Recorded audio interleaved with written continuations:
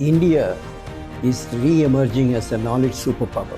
DRDO has been able to develop for the country the hypersonic propulsion. ISRO has really taken India to the global map.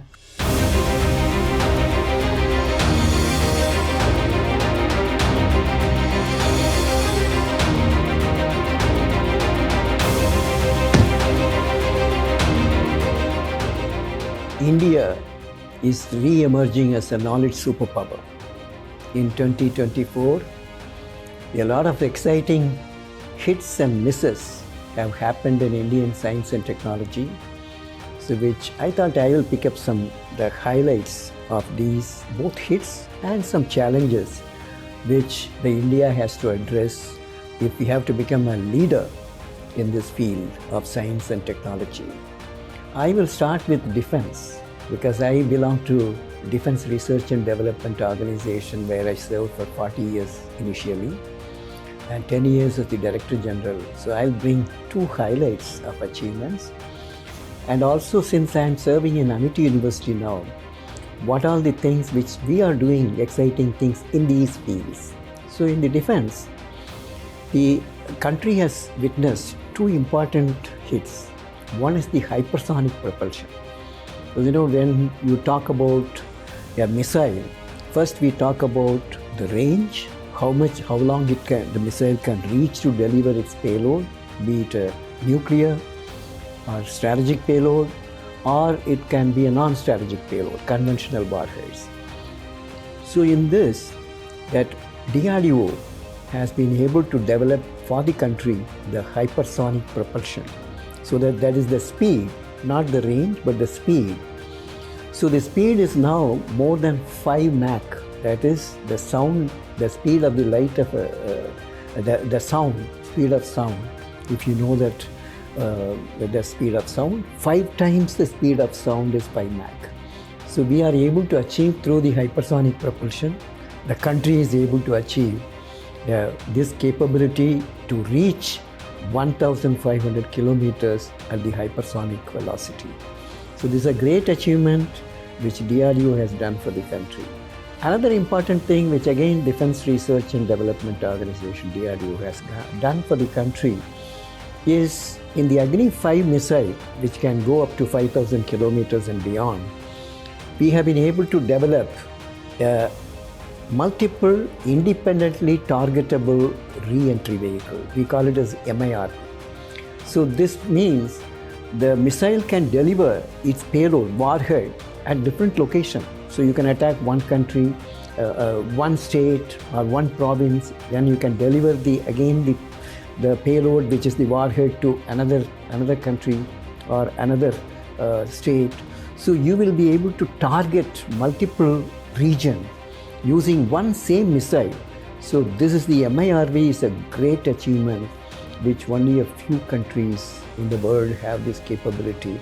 So the lethality of the missile, the long-range Agni missile goes up. These two are fantastic achievements for the country in the field of missile technology. And then we also have some challenges. So I thought I will bring the challenges in the DRDO. One is the aero engine, because it's a very complex technology to develop, and gas turbine research establishment GTRE has been also toiling and struggling to develop this capability, but we have been able to achieve up to some level of thrust, kilonewton thrust, which is required. But then for the advanced medium combat aircraft, you need at least 110 kilonewton thrust, so it's a challenge. So the tacit knowledge which the DRDO has developed and the technology prowessness it has taken for the development of aero engine, we need to get a quick partner and then take it to this. So it's a big challenge, so that we need a large number of engines for light combat aircraft, Tejas, advanced medium combat aircraft, 5th generation fighter aircraft. All this requires engine, which is the heart of the fighter aircraft. So this is a big challenge. So the country should focus on this challenge and develop the aero engine for the fighter aircraft. Now, knowing all these challenges, Amity University has started a separate institute, Amity Institute of Defense Technology, with 7 verticals: combat vehicles, aerospace, naval system, directed energy weapons, high energy materials, sensors and communications, and artificial intelligence and cybersecurity. So we are giving a full thrust to support the Indian initiative in the defense technology development in futuristic areas.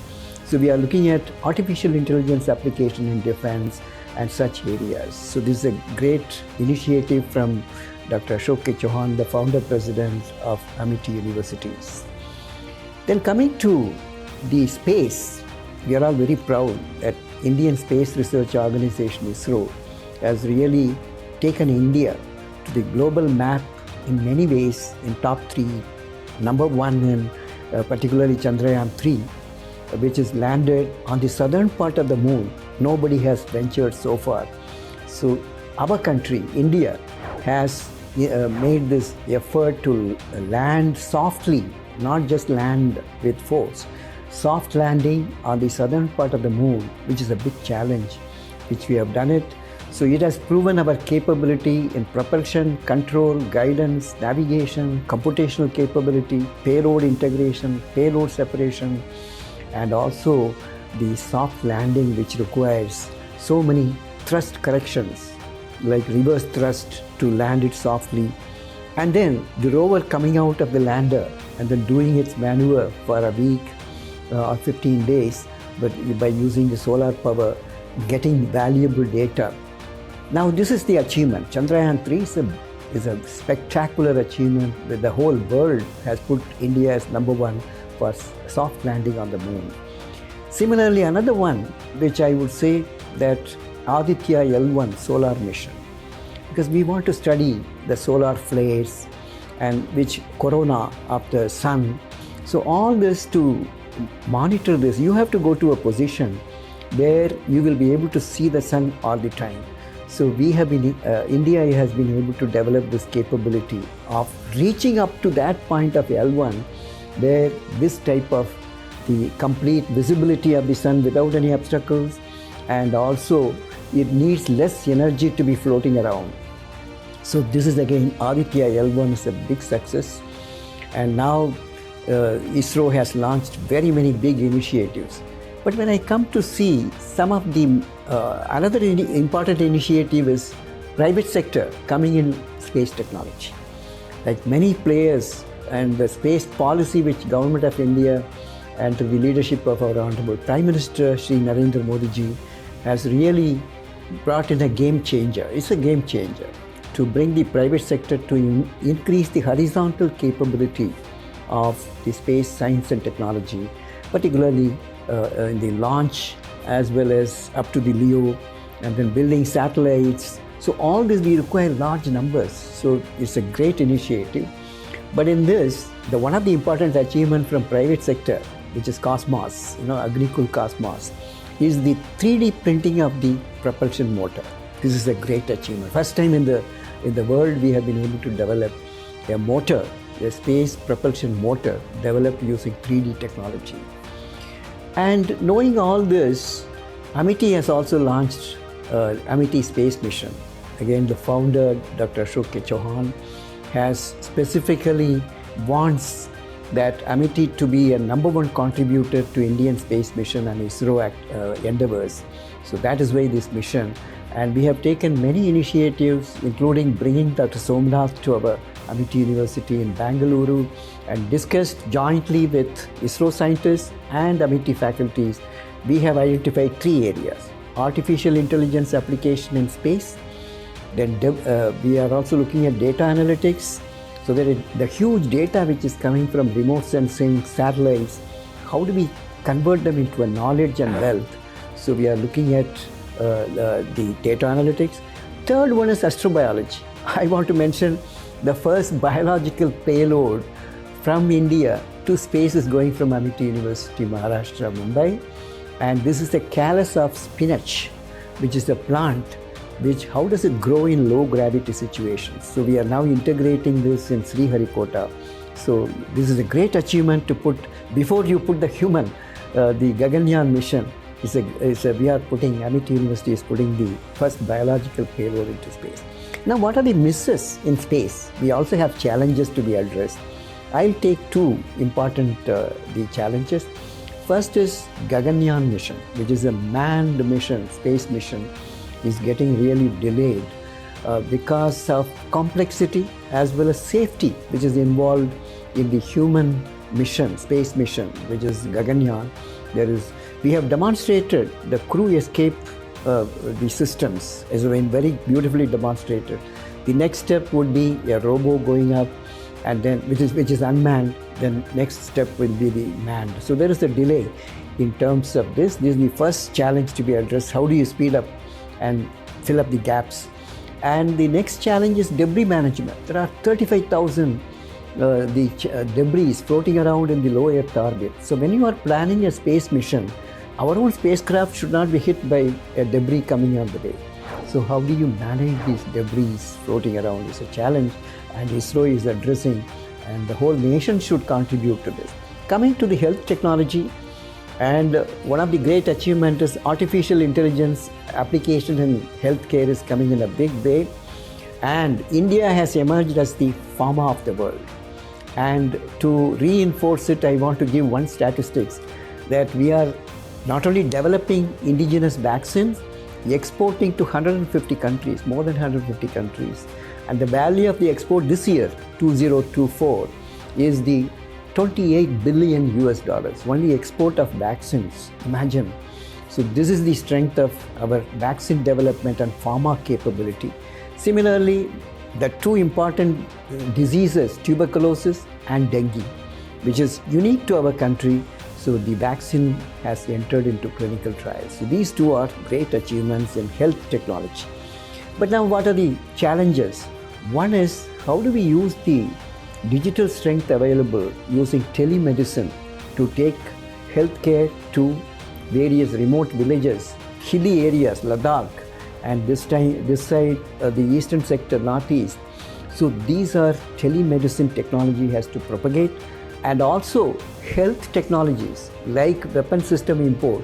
We are also importing a large number of diagnostics, therapeutics involved in the health technology. So here again, there's a great opportunity, but it's a big challenge. How do you rope in the industries to come in, and also the IITs, NITs, central universities, private universities to come in this field.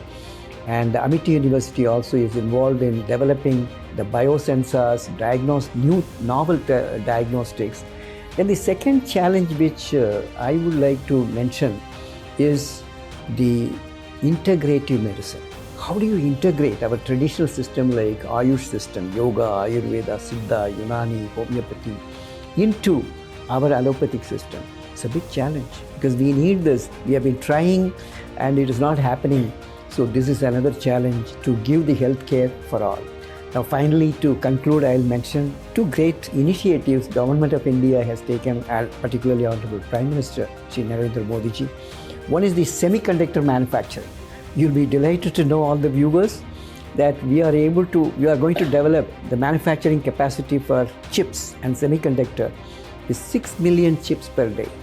So not only meeting the requirements of our country, but also we will be exporting to other countries. So this is what is required. That these are in any of the electronic system, and particularly defense, space, atomic energy, we need our own secure chips and semiconductors not to compromise our security.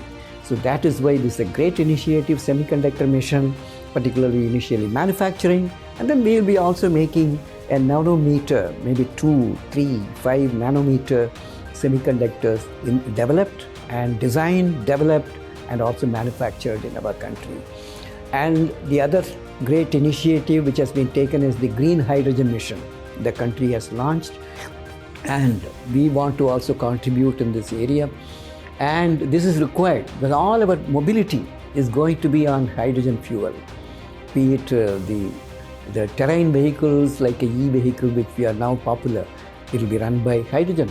Similarly, the cars and the trains, even aeroplane, ships, and even the spacecraft may also depend on the hydrogen fuel. So that is why the country has launched on green hydrogen, because we are concerned about sustainability in our development. The last part I want to make it as a challenge that we are filing large number of patents. The IP portfolio is increasing for the country, but translating them into a commercializable product, innovation, and then putting into market and it to the society is still a challenge. So the rate of translation from filing, granting, and conversion into a wealth, that is Saraswati to Lakshmi, is still a challenge in our country. I hope the scientists and technologists will, and the policy makers who deal with the science and technology will see this. Similarly, how do you convert the startups, which are, some of them are failing. Today, this year alone, 5,000 startups failed. So we need to analyze, is there a technological challenge, or it is the funding challenge, or the ecosystem challenge, or the policy change, so that we will have more of these the startups getting into unicorns and not failing. So with that message, 2024, the year 2024 has been exciting period for India, and which is now becoming a knowledge superpower. And certainly the 2025, we will welcome this with the hope that India will definitely assume leadership role in certain niche areas of science and technology.